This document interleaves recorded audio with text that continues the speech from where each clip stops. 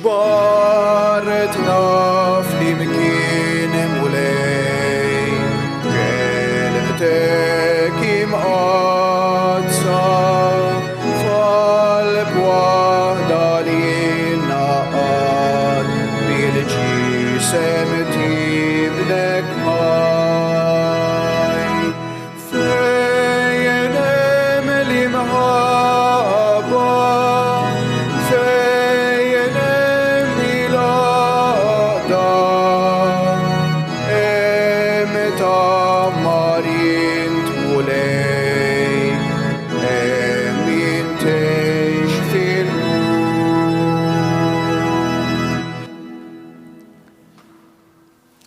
Fl-isem tal-Missier u tal-Iben u tal-Ispiritu Santu.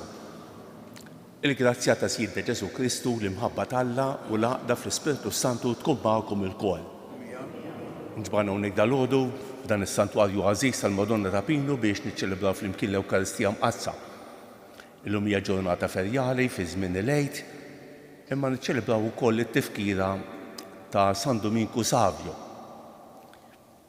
Se nofru dan is-sagrifiċċju tal-quddiesa għall-erbieħ ta' Ġanna u Salvu Butiġieġ. Qabel ma nieħdu sehem fil-quddiesa jew narfu ħtijietna u nitolbu maħfra tagħhom.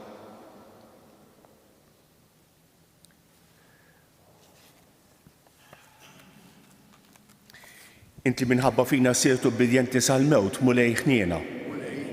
Inti qalbek ħelwa wumli Kristu ħniena. Inti għandek il-kliem tal-ħajja ta' dejjem mulej ħniena. Eħenna għalina Alla li jista' kollox, jaħfrilna d-dubietna u jwassalna għal ħajja ta' dejjem. Nitolbu.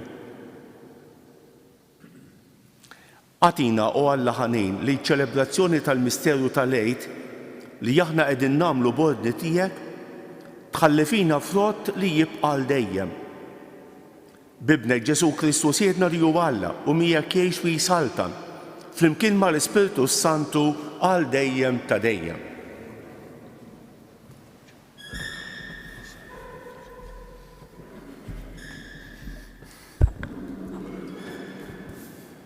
Għarrim il-ktib tal-Atti tal-Apostli.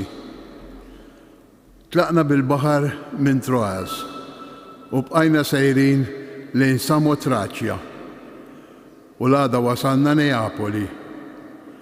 Minn hemm morna Filippi li hi l-belt ewlenija tal-provinċja tal-Maċedonja u kolonja Romana. Għadna ftit jiem f'din il-belt. Meta wasal is-Sibt, ħriġna barra l-bib tal-belt lejn xatt ix-xmara fejn derilna li kien hemm dar tat-talb. Għadna bil-qiegħda u bdejna inkellmu lin-nisa li kien hemm miġbura flimkien. Waħda minnhom kien jisimha Lidja, mara minn Tijatija, negozjanta tal-porpra u kienet tqim lill-Alla. Hija qagħdet tismana u l-mulej fetħilha qalbha biex tifhem dak li kien jgħid Pawlu. Wara li tgħamdet, hi u l-familja tagħha talbitna u qaltilna jekk jidhrilkom li jiena nemmen fil-mulej, ejjew uqogħdu d-dar tiegħi. U ġalitna noqogħdu għandha. Il-kelma tal-mulej. Roddu ħajr lill-Alla. Il-mulej jitaxxaq bil-poplu tiegħu. Il-mulej jitaxxaq bil-poplu tiegħu. Għannu lill-mulej għanja ġdida fil-ġemgħa ta' ħbiebu t-tifħir tiegħu. Ħajjifraħ Iżrael bil-ħalliq tiegħu u jitennew l-Tzjon bis-sultan tagħhom. Il-mulej jitaxxaq bil-poplu tiegħu. ħajfaħru bis-sfin l-isem tiegħu bid-daqq tat-tamburu taċ-ċetra għax il-mulej jitaxxaq bil-poplu tiegħu u jsebbaħ lill-fajrin bir-rebħa. Il-mulej jitaxxaq bil-poplu tiegħu. Bil-glorja jitennew ħbiebu u jaqbżu bil-ferħ fuq friexhom. It-tifħir ta' Alla ikun fuq fommhom, dan hu ġieħ aħbieb tiegħu kollha. Il-mulej jitaxxaq bil-poplu tiegħu. nqumu għall-Evanġelju.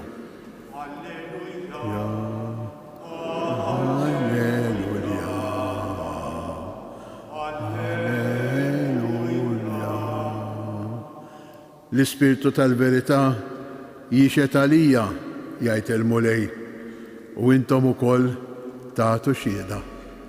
Alleluja, alleluja, alleluja.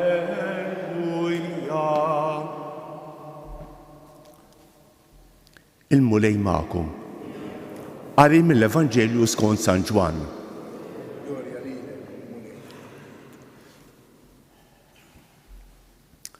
F'dak iż-żmien Ġesu qal lid-dixxiepli tiegħu: meta jiġi d-difensur li se nibgħatilkom mingħand il-Missier, l-Ispirtu tal-verità li ġej mill-Missier huwa jixhed għalija. U intom ukoll tixhdu għax intom kontu miegħi sa mill-bidu. Dawn il-ħwejjeġ għedtomkom biex ma titfixklux.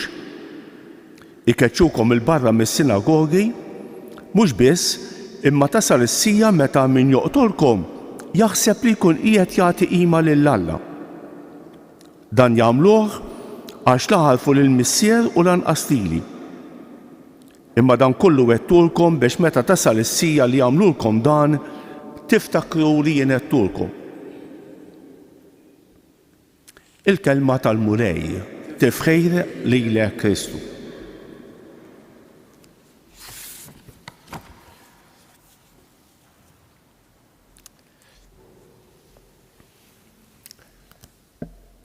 Bħalissa ħafna aġenziji tal-vjaġġar joħorġu l-programmi tas-safar. Ħafna postijiet fid-dinja kollha. Fi żmien San Pawl ma kienx hemm dawn il-brochures tal-vjaġġar. Imma San Pawl kien mimli bl-Ispiritu Santu u idowr minn post għal ieħor biex iwassal il-kelma tal-Alla. Fis-sel tal-ismajna llum mill-Atti tal-Apostli kapitlu 16 għandna li San Pawl imur Filippi. Sissa kien qiegħed l-Asja. Issa San Pawl qed jgħaddej għall-Ewropa.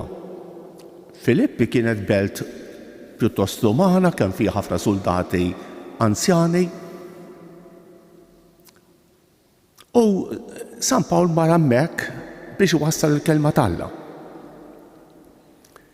X'in taqra din is-silta tinduna li hemmhekk ma kienx hemm komunità tal-Lut, ma kienx hemm is-sinagoga bħalma kien hemm fl-Asja. U San Pawl jieħu l-okkażjoni biex jiltaqa' man-nies biex iwasslhom dil-kelma. Il-każ ta' Lidja huwa interessanti, din il-mara li kienet negozjanta tal-polpra għalinna San-Luqa, kienet qim lill-Alla. Għadet tisimgħu u l-mulej fetħilha qalba biex tifhem dak li kien qed jgħid Pawlu. Din Lidja tagħtina eżempju ta' kif għandna nilqgħu l-kelma tal-Alla. Kemm hija sabiħa. Laqgħet il-kelma tal-Alla, tamdet u għaddiet għall-azzjoni. Mhux biss laqgħet il-kelma tal-Alla, imma laqgħet lil Pawlu, naturalment dawk li kienu miegħu, biex joqogħdu għandha. Is-selta tal-Vanġelu tal-lum meħuda wkoll minn San Ġwan. Ġesu jibda isemmilna l-Ispiritu Santu. Ġesu qal lid-dixxiepli meta jiġi d-difensur li se nibgħatilkom mingħand il-Missier. Nhar il-ħamis jekk Alla jrid nibdew in-novena tal-Ispiritu Santu bi preparazzjoni għal Għid il-Ħamsejn. U l-liturġija diġà tagħtina li nixxenqu għal dan id-don kbir tal-Ispiritu Santu. Imma mhux daqshekk biss. Ġesu jitkellem fuq il-persekuzzjoni.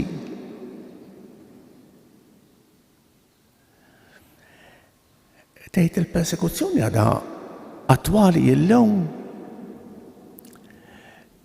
San Ġwan qed jippreżentalna l-persekuzzjoni bħala l-kontinwazzjoni tal-passjoni ta' Ġesu. Bħalma persegwitaw lil Ġesu, bħalma taw il-passjoni lil Ġesu, hekk id-dinja għadha tippersegwita l-xhieda ta' Ġesu, lid-dixxiepli ta' Ġesu. Hija kontinwazzjoni.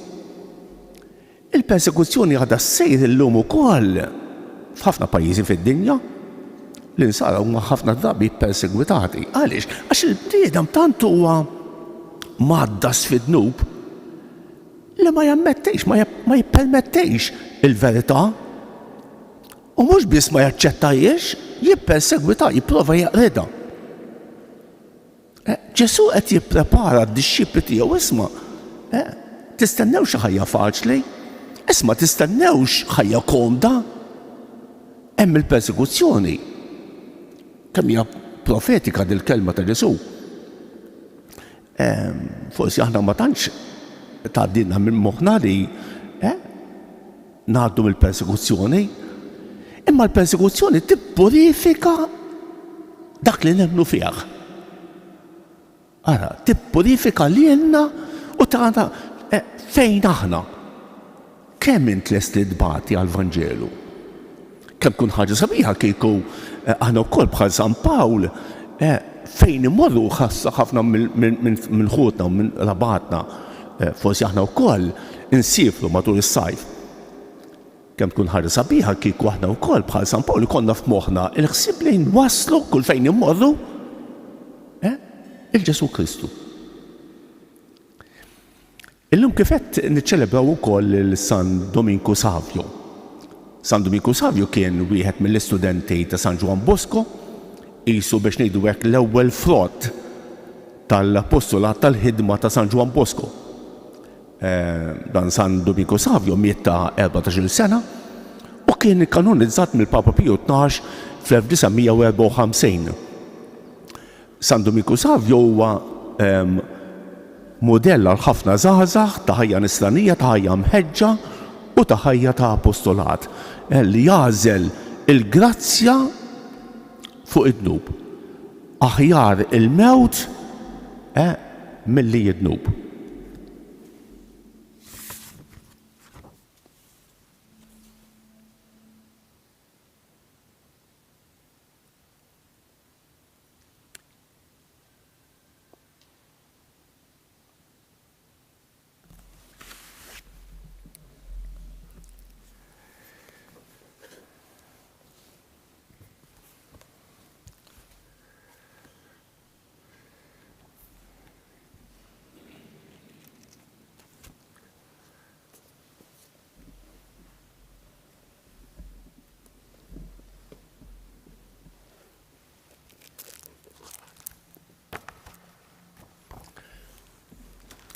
Nitolbu lil Alla l-Missier jagħtina d-don tal-Ispiritu Difensur biex aħna nsiru xhieda ħajja tal-misteru tal-Għid tal-Mulej Ġesu. Ngħidulu għalhekk, Mulej għaddisna bl-Ispiritu tiegħek. Mulej għaddisna bl-Ispiritu tiegħek. Biex fil-Knisja tingħata aktar importanza lis-sem tal-mara u lid-dinjità tagħha nitolbu. Mulej għaddisna bl-Ispiritu tiegħek. Biex jitbiet kull fundamentalizmu mir-reliġjonijiet li bih il-bnedmin jaħsbu u jagħtu glorja lilek billi jaħqru lil bnedmin ħuthom minħabba twemminhom nitolbu. Biex l-ommijiet ikunu l-ewwel edukaturi fil-fidi ta' wliedhom nitolbu. Biex aħna ma nibżgħux nagħtu xhieda ta' Kristu quddiem kull min jitlobna raġuni tal-fidi tagħna nitolbu. Nitolbuk Mulej għalina l-koll biex ikollna ftit mill-qalb ta' Lidja li laqet il-kelma tiegħek u jkollna ftit mill-ħeġġa tar-Apostlu San Pawl li nwasslu lil Kristu fid-dinja kollha nitolbu. Ismana nitolbu wkoll għal dawk kollha li se niltaqgħu magħhom illum, Mulej inti taf min huma, inti taf il-ħtiġijiet tagħhom, nitolbuk tagħtihom dak kollu li għandhom bżonn fil-ruħu fil-ġisem nitolbu. Ismana għall-irwieħ ta' ġanna u salvu butiġiex biex tinsaħtijietom kollha u twassalhom fid-dawl u lena ta' dejjem nitolbu. Nitolbu ukoll għaż-żgħażagħ tagħna biex bl-interċessjoni ta' San Dominku Savio jgħixu l-ħajja nisranija fis-safa, fil-ħeġġa u fl-imħabba ta' Kristu nitolbu. Fl-aħħar nitolbu għall-insar li huma persegwitati u lejn Ġesu ħenna li jom tagħtihom il-faraġ u tagħtihom id-dawl li għandhom bżonn, tagħtihom l-Ispiritu tiegħek biex il-persekuzzjoni tagħhom tinbidel kif sejħla Tertuljanu f'żerrija tal-insara. Il-persekuzzjoni tal-insara hija żerrija ta' insara ġodda nitolbu. Ismana? Missier Qaddis, mexxi l-ubtana fl-imħabba u s-sliem ta' Kristu biex nimtlew bil-qawwa tal-Ispiritu Difensur u nagħtu xhieda fit-tama u l-ferħ tal-qawmien ta' ibnek Ġesu Kristu Siedna li jgħix u jsaltan għal dejjem ta' dejjem.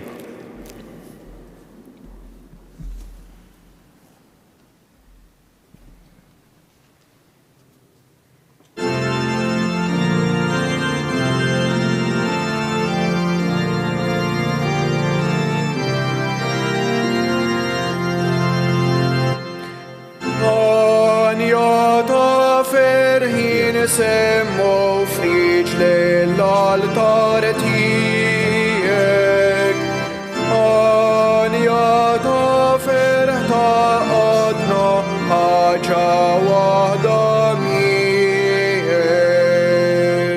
Miġbura f'tal-baħir għana ġieli jistħoqlok hawnatu.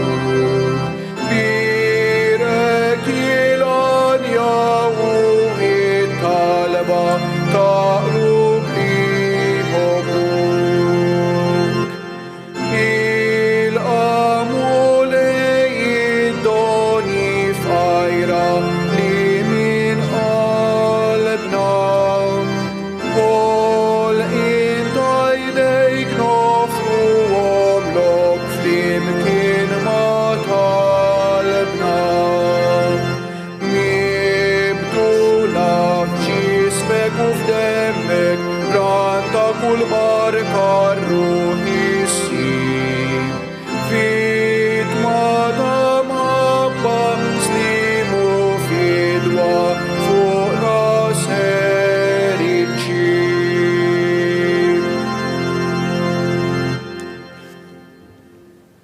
Itolbu ħuti biex dan is-sagrifiċċju tiegħi u tagħkom ikun joġob l-Alla l-Missier li jista' kollox.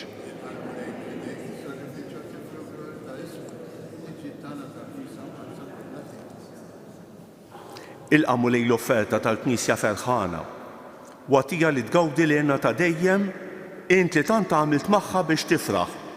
Bi Kristu Siedna il-mulej magħkom. Nerfgħu qlubna l fuq. Niżu ħajr lill-mulej Alla tagħna. Sewwew xieraq tas-sew tajjeb u ta' ġej tas-salvazzjoni tagħna li dejjem nistqarru l-glorja tiegħek. Iżda ferħ akbar inxandruha f'dan iż-żmien li fih ġie ssagrifikat Kristu il-ħaruf tal-għejd tagħna. U qeret il-ħażen tagħna tal-imgħoddej, ġeddet il-ħolqien kollu li kien iġġarraf u reġġa' tagħna l-ħajja fis-safa kollu tagħha. Għalhekk f'dan il-ferħ tal-għejd imxerret ma' kull imkien fid-dinja, il-bnedmin kollha jimtlew bil-għena u l-qawwiet tas-sema mas-setat tal-anġli jinġulek innu ta' glorja u bla qiegħda itennulek Qaddis, Qaddis, Qaddis mulej Alla tal-Eżerċitu.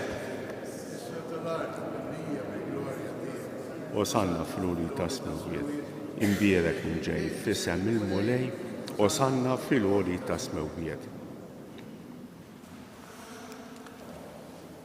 Qaddis tas-sew int mulej, inti lajn ta' kull dusija. Qaddes għalek nitolbuk dawn l-offerti bil-barka tal-Ispirtu tiegħek biex isiru għalina il-ġisem u d-demm ta' Sidna Ġesu Kristu li meta kien se jingħata biex mirraj ħibati ħaj il-ħobs, ratt il-ħajr, qasam, tal id-dixxipli tiegħu u qal: ħudu u kulu l-kol minn dan għax dan huwa ġismi li jingħata għalikom.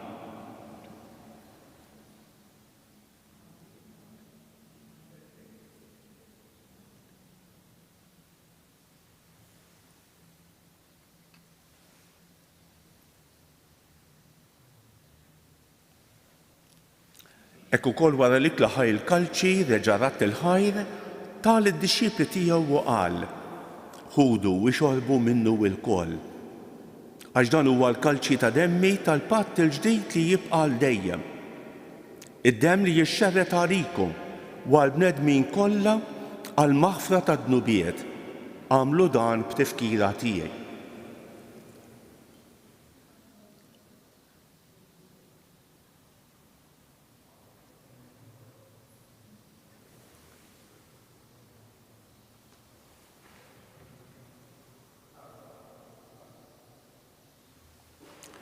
Dan l-misteru tal-fidi jinħabru l-mewt tiegħek mulej?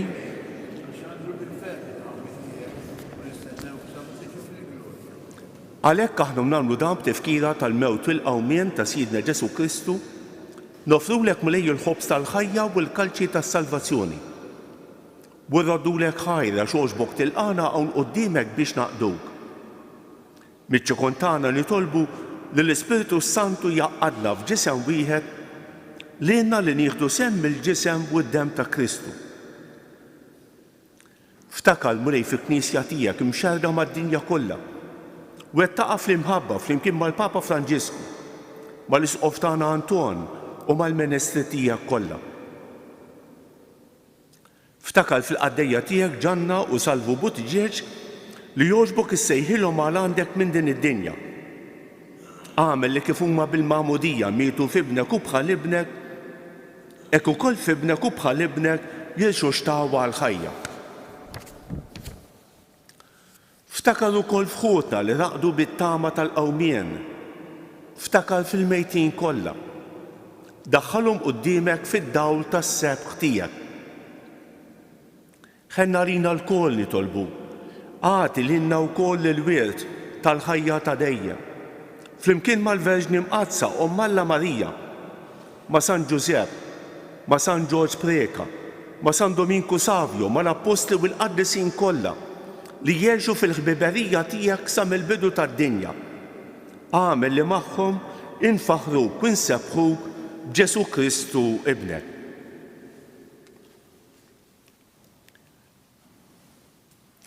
Bi Kristu, ma' Kristu u fi Kristu jingħata lilek Alla Missier li tista' kollox, flimkien mal-Ispiritu Santu kull ġieħu glorja għal dejjem ta' dejjem.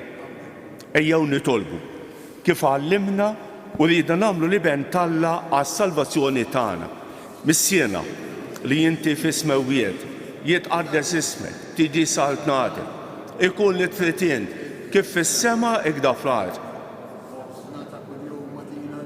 Aħfrinna t-tubietna bħalma nafru bil-minuħati għalina. La ddaħħalniex fit-tiġri iżda ħlisna mid-deni. Eħlisna nitolbuk mulej minn kull deni.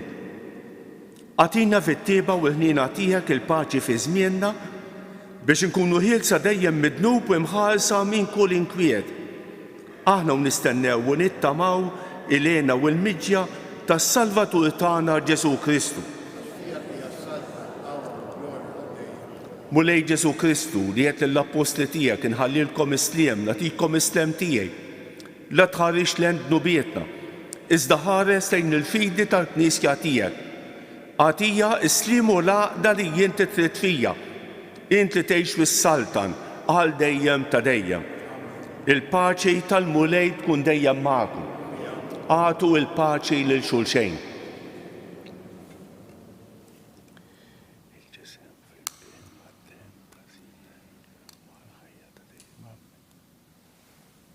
Ħaruf tal-Alla li tneħħi d-nubiet tad-dinja ħenna għalina. Mulej Ġesu Kristu kif qed minnek il-Missier bil-ħidma tal-Ispiritu Santu qed ħejli dan il-ġisem u d-demm għad-test tiegħek. Eħlisni meħtijiet kollha u minn kull ħażen. Sommu dejjem fidel lejn il-kmandamenti tiegħek. Tħallina qatt ninferet minnek. danu l-ħaruf talla, danu li jneħħi id-nubiet tad-dinja. Ħejjin dawk li huma mistiedna għall-ikla tal-ħaruf. Mulej ma jistħoqlix li tidħol taħt is-saqaf tiegħi, iżda kelma waħda u ruħi tkun infejqa.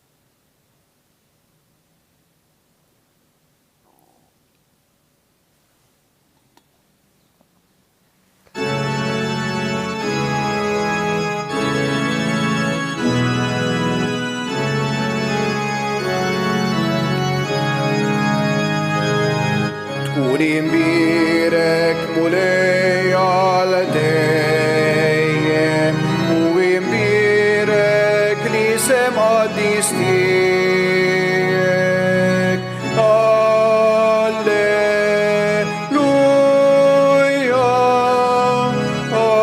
alleluja.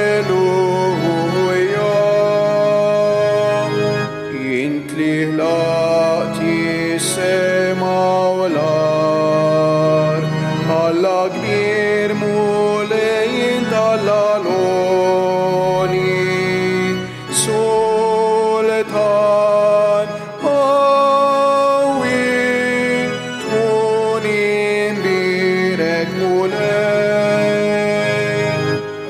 imbirek mulej għal dejjem u imbirek li sema distijek. Alleluja,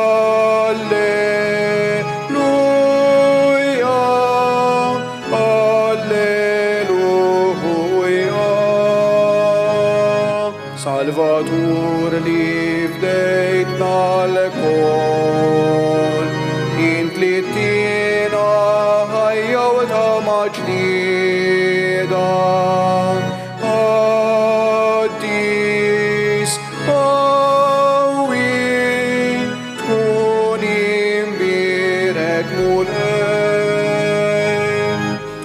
imbirek mulej għal dejjem u imbirek li sema distijek.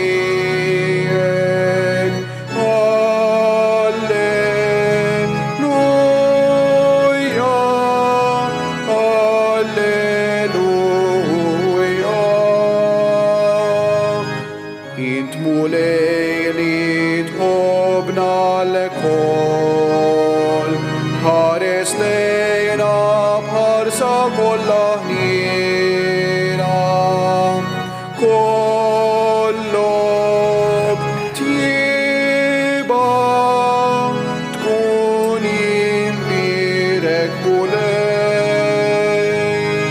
tkun imbirek mulej għal dejjem u imbirek li sema distijek. Alleluja, alleluja.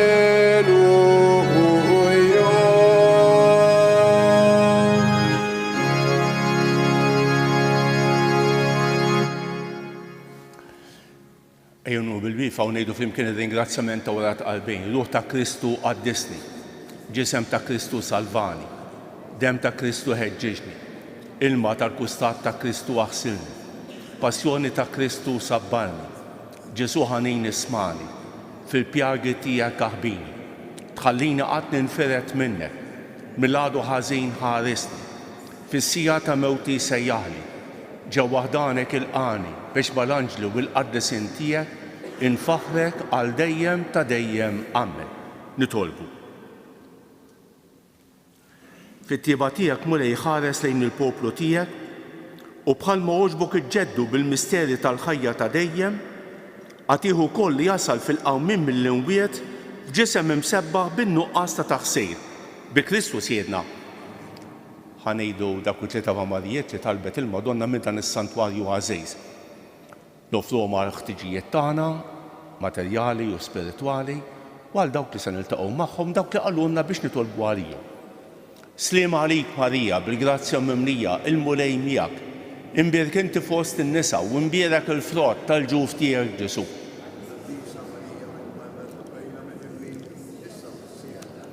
Sliem għalik Marija, bil-grazzja mimlija, il-mulej miegħek, imbierek inti fost in-nisa, imbierek il-frott tal-ġuf tiegħek Ġesu. Sliem għalik Marija, bil-grazzja mimlija, l-mulej miegħek, imbierek inti fost in-nisa, imbierek il-frott tal-ġuf tiegħek Ġesu.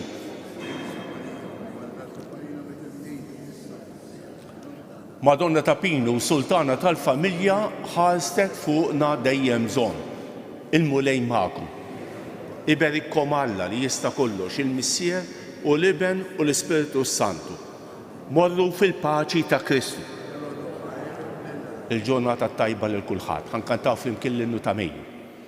Fil-ħlewa ta' Mejju, tagħna Marija, u kemm jieduh lejju dak ismek sabiħ, kemm toħroġ qawwija dil-kelma minn qalbna, bit-tama li ta' qalbna jatik l-akbar ġieħ.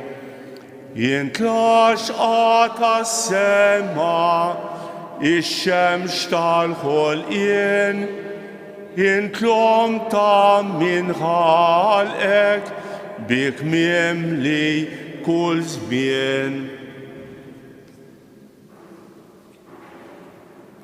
Il-ġurnata tajba lil kulħadd.